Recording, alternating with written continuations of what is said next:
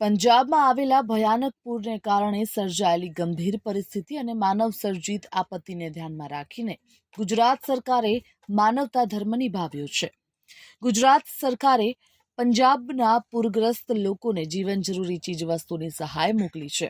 આજે એટલે કે 11 સપ્ટેમ્બરે મુખ્યમંત્રી ભૂપેન્દ્રભાઈ પટેલે ગાંધીનગર રેલવે સ્ટેશનથી રાહત સામગ્રી ભરેલી એક ખાસ ટ્રેનને પંજાબ જવા માટે લીલી ઝંડી આપી હતી.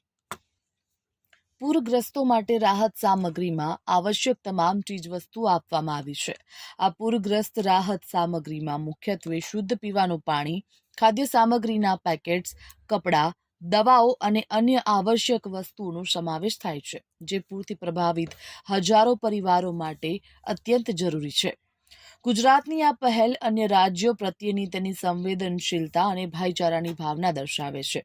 મંત્રી ઋષિકેશ પટેલે જણાવ્યું કે ભારતીય જનતા પાર્ટીના કાર્યકર્તાઓ અને ગુજરાતની પ્રજા તે ઉપરાંત સરકાર હંમેશા લોકો માટે ભારતમાં કોઈપણ ખૂણા ઉપર આફત આવે, પૂર આવે, વાવાઝોડું આવે એ વખતે ત્યાં મદદ કરવા માટે કાયમ ઉત્સુક હોય છે.